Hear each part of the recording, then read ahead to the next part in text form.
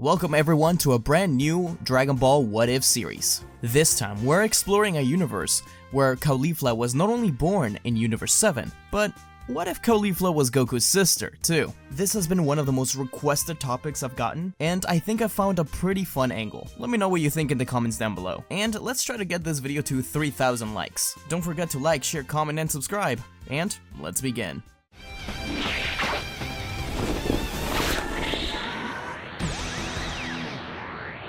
Bardock made one thing clear to Kakarot: protect his sister. The pods blasted off, but sadly, the lack of two space pods actually alerted the Frieza Force. One of the many spaceships orbiting the planet fires a beam at one of the pods. Though it only grazes Caulifla's pod, it is enough to damage the input, and it's set off course just by a tiny bit. The two pods continue on their way. As they leave orbit, the soldiers message Frieza's lieutenant, Zarbon, saying that two unidentified space pods had exited orbit. Zarbon tells Frieza about this new update, but the Emperor brushes it off. It's just two lowly monkeys that weren't even registered in any of their scouters. What could any of them do to their empire? Frieza laughs, continuing his plan to eradicate the Saiyans. While Goku landed in a place familiar to us, Mount Pautsu, Caulifla ended up landing on the land of Gurumis. Her pod crashes near a town, near a farm belonging to a family. The father of the household rushes out to see what the explosion was. It couldn't be King Gurumis' men using explosives to mine blood rubies so close to his home, could it be? When he goes to investigate, all he finds is an enormous crater near his crops. When he goes over to it, it springs open, and he discovers a small girl inside. At first, he has no idea what to think of this. What's this giant metal rock, and why does this girl have a tail? He picks her up, and she immediately bites his arm. He takes her back to his home, where he introduces her to his wife and his daughter,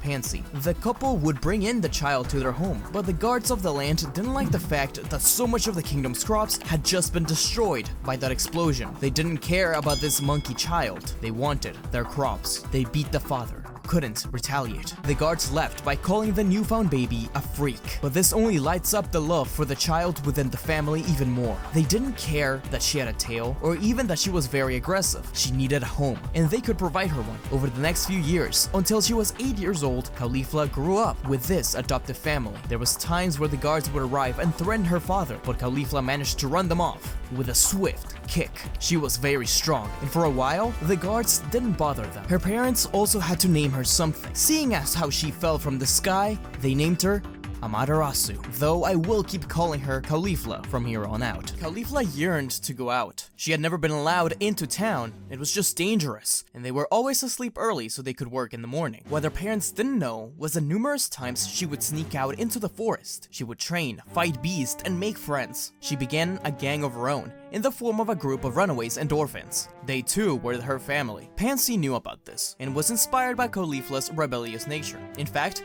one day Pansy shot a slingshot at one of Gurumis' men. This was the last straw. The guard came in to attack, but Caulifla and her father got in the way. They did well against them, but were eventually both brought down and taken to the castle. The whole family was imprisoned, except for Caulifla, who was brought to King Gurumis and given an ultimatum that she would be used to find the Dragon Balls and bring them to him. Pasta and Bongo, Gurumis' top men, would go as well. If she was successful, her family would be free. Without much of a choice, and barely knowing what the Dragon Balls were, they all headed out. Caulifla was given a hover disc, similar to the ones that Bongo and Pasta have, and quickly gather some intel. They find out that there are other groups looking for the Dragon Balls, the Pilaf gang and the daughter of the Capsule Corps president. They spy on them for some time, until they end up on the Mushroom Forest. The Pilaf gang captures Bulma and her team, stealing the Dragon Balls. Now all of them are in one place. This will be an easy task. Pasta and Bongo lead the way as they enter the castle, avoiding traps and pinball machines. They finally encounter the room where Pilaf and his team are. A confrontation ensues, as Pasta grabs the Dragon Balls in her bag. Caulifla makes quick work of Shu and Mai, until the Pilaf mech enters the fight. Thanks to the combined might of all three, Pilaf is not only defeated, but kidnapped by Pasta and Bongo. In order to distract Shu and Mai, Bongo opens the cage where they kept Bulma and the others. Quickly, Caulifla and her team run out, but through the halls of the castle, they run into Bulma's team, and Caulifla's eyes are caught by a familiar sight, a tail. The two kids stare at each other. There was something familiar about them. Goku tilts his head and asks how she got a tail too, but Bulma jumps in the way and demands to get the Dragon Balls back.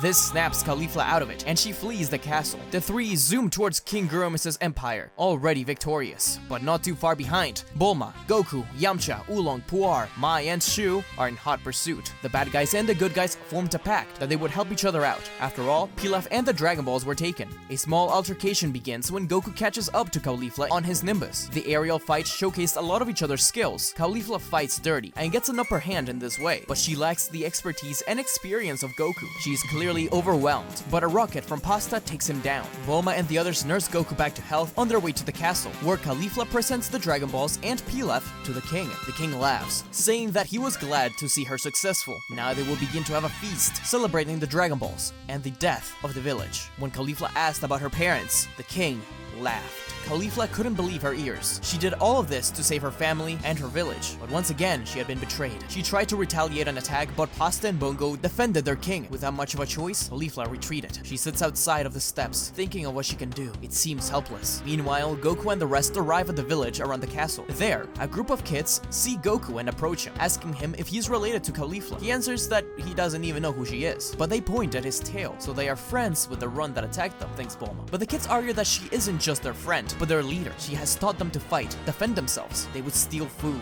beat others up if they were in trouble. Before, they used to live on the streets, but Caulifla taught them how to find food, and even helped them build a home. She wasn't a bad person. Goku realizes that whatever she needed the Dragon Balls for, it probably wasn't something evil like Pilaf or the king. Quickly, they all approach the castle. King Gurmiz is alerted to their presence and tells his soldiers to attack. As Caulifla walked through the dirt road to her home, she watched soldiers run from the castle and towards her. She got in a battle stance, but they just ran past her. Caulifla turned back and watched as Goku used the power pole to get rid of huge swarms of soldiers, while Yamcha used the Wolf Fang Fist, Shu used his sword, while Mai and Bulma reloaded their weapons. Goku finally reached Caulifla, who was once again in a battle stance, but the kid said that he wasn't there to fight. He had never met anyone as strong as her, especially not with a tail. He would love to fight her again, but right now, they needed to take down the king. Caulifla looked down and said that she had already failed. She wasn't strong enough. Behind Goku, a voice said that it wasn't true. She just needed a little help from her friends. Caulifla looked up and saw her gang equipped with slingshots and rocks. Goku smiled brightly and told her that it was time to rescue her family.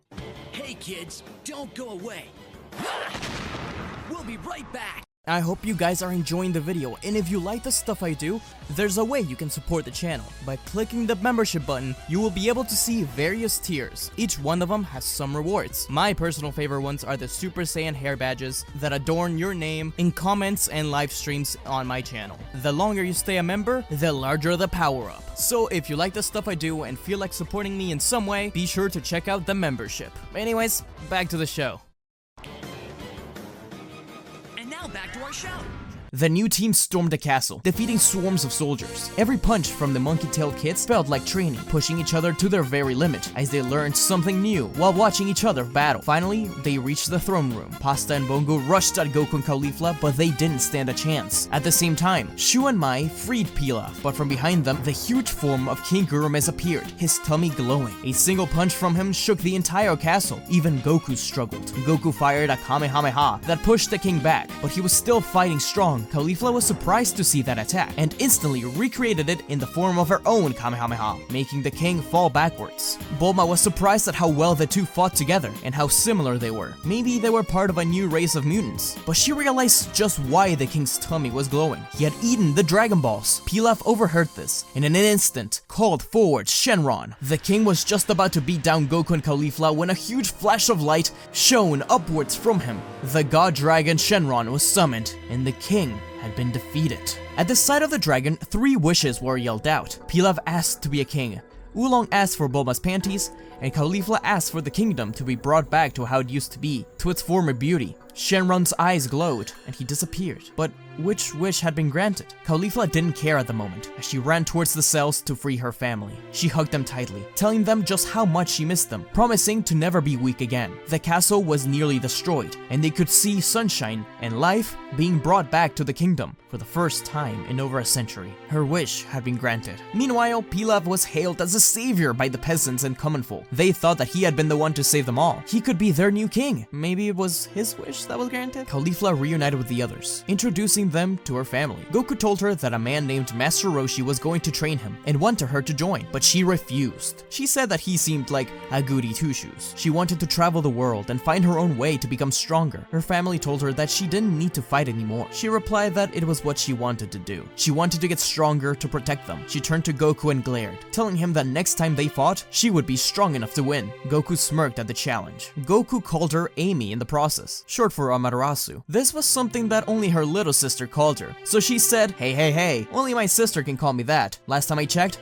you ain't family. The two parted ways, Goku on his flying cloud and Caulifla on her hover disc. What they didn't know was that their destiny would soon interweave again. While Goku's adventures continued as usual, he pushed himself further, knowing there is someone out there so similar to him, someone with a potential of being ahead of him soon. Caulifla, on the other hand, traveled the world for a few months. She made new friends and enemies. She met a young martial artist named Mark, who took her to his dojo, the Satan Dojo. He spoke very highly of his master, who had passed away not too long ago. He was now going to be the leader of the dojo, and invited her. She refused again, thinking that their martial arts were complete rubbish. Mark explained just how his master had died, having been killed by a powerful man with a long ponytail and the words "kill you" written on his back. She wanted to find and fight this man. She left Mark again, but Caulifla considered him a friend. Caulifla soon found her way to a bar, and sure enough, the man was there. He frequented it. Caulifla immediately challenged him, and the man reluctantly agreed. He wasn't in the business of hurting little girls, but she had spunk, and he liked that. The two fought briefly, with the man simply toying with Caulifla. She was defeated, but impressed him greatly when she used the Kamehameha. Was she a turtle student? She had no idea what he was talking about when asked, but he had a thought. The man extended his hand out to her, introducing himself as Tao Pai Pai, and that there was a spot in his and his brother's martial arts school just for her. And finally, for the first time, Caulifla accepted. She was welcomed into the Crane School. Once they arrived, she was introduced to the Crane Hermit, Master Shen, as well as Ten Shinhan and Chaozu, the two best students. She had a very difficult time in this Crane School, though she did eventually grow to become friends with the two other students. It didn't start off that way. She was teased and bullied for her tail, and Ten Shinhan never let her forget who was the stronger one, even beating her up a couple of times. But every time she got back up, every time she got stronger. Ten Shinhan grew to admire this about her. Master Shen was ruthless on her as well. He made sure to teach her just what it took to be strong, that the only way to have justice in this world is to be the strongest one around, that power meant everything. This was the opposite of what the Turtle School was teaching. One night, when Master Shen and the others were out with Caulifla, something incredible happened. A full moon shone down, and she transformed into a giant monkey. This was power that they had never felt before, and Shen was actually afraid. He could take her on, but he didn't want to risk everything around them being destroyed. With Chaozu's help, he was able to paralyze the girl until the morning. A monster monkey. Now this was interesting. This definitely put his school above Roshi's, but this display gave Tao an idea. He started to take her on assassination tasks, showing her the most ruthless methods of attack, even being able to kill a man with just his tongue. Caulifla became a great mercenary in her own right, believing that this was simply the survival of the fittest. Eventually, alongside Tao, she was hired by the Red Ribbon Army. She didn't quite understand what her power was. She just knew that sometimes she would be let go in the middle of battlefields during a full moon, and suddenly the Red Ribbon would win, even though there were a lot of casualties. She was also tasked with a lot of assassinations, and one day, Tao was tasked with a very special one. Caulifla watched as her master took a pillar and threw it off, flying over it. She wasn't sure what the task was. She just knew that he needed to defeat someone that was looking for the Dragon Balls. In the meantime, she trained in the Red Ribbon Army base. Part of Caulifla really did believe in the Red Ribbon Army. They were slowly becoming the strongest army in the world, and power was what she needed for justice. But she didn't like Red. She thought he was a weak leader. But she never saw Tao again. Her master was taking far too long to return. She didn't worry until she appeared before Red and Black. According to them, Tao Pai Pai had been killed. Caulifla's skin went pale, and she staggered back. No way. Tao was one of the strongest men she knew. She swore revenge. She asked Red where to find this person, but Red refused to tell her. He told her to stand down, that they were planning something. She lunges at Red and grabs onto his shirt collar, yelling at him that he's a coward and that they are the Red Ribbon Army. If they wanted to take down this mystery man, they needed to prepare themselves for war. Strength is absolute, and this army is the strongest there is, right? Or perhaps the army needs someone with strength and guts to properly lead it. The nearby guards and even Officer Black find themselves listening intently to her, but Red growls, retorting that his orders are absolute and what she is doing is traitorous. Black intervenes by putting a hand on Caulifla's shoulder, telling Red that he'll take her outside to cool off. Caulifla looks like she's about to blast the door down, but Black whispers into Caulifla's ear the location of Tao's defeat, as well as the intel about the mystery man being the boy with a tail. Caulifla is left in shock as she processes the information. She asks Black why he's telling her this, and he explains that everything she said in the room is right. The Red Ribbon Army is the strongest in the world, and their leader should reflect that. If Red wasn't fit for the position, someone else had to be. Caulifla stays quiet for a while before looking at Black, telling him that if General Red shows any more signs of weakness, then they'll do what they can to get rid of him. Black smiles, and he tells her to stop by the lab sometime. She heads to the lands of Korin and finds the dying Tao. She brings him back to HQ and takes him to the lab where Dr. Gero and Black are waiting. While Gero's busy saving Tao's life, the lab begins to shake. Goku's assault on the Red Ribbon had begun. Caulifla grits her teeth. She was going to deal with Goku personally.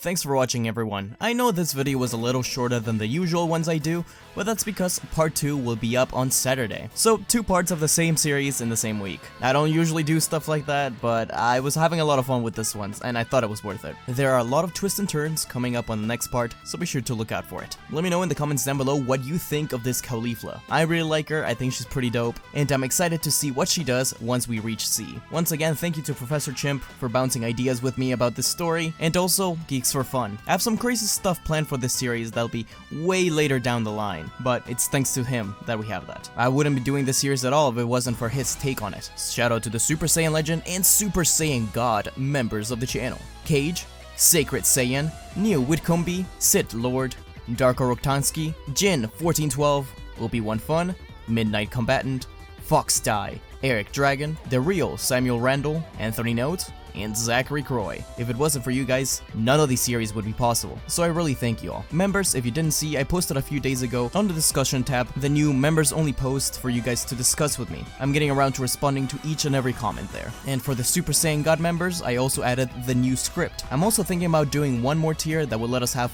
one-on-one conversations with each other about all the different what-ifs and just getting to know each other. I think that would be kinda cool, but you guys let me know if you want something like that. If you guys want your name shouted out in a video like this, as well as some other perks, be sure to click the join button down below. Let's try to get this video to 3,000, 4,000 likes. I think we can do it, right guys? Anyways, until we meet again. See ya! Don't forget to like, comment, and subscribe to SmugStick, unless you want to be destroyed. Lord Beerus, that's hardly fair. But also, don't forget to click the bell icon to get notified when he uploads new videos.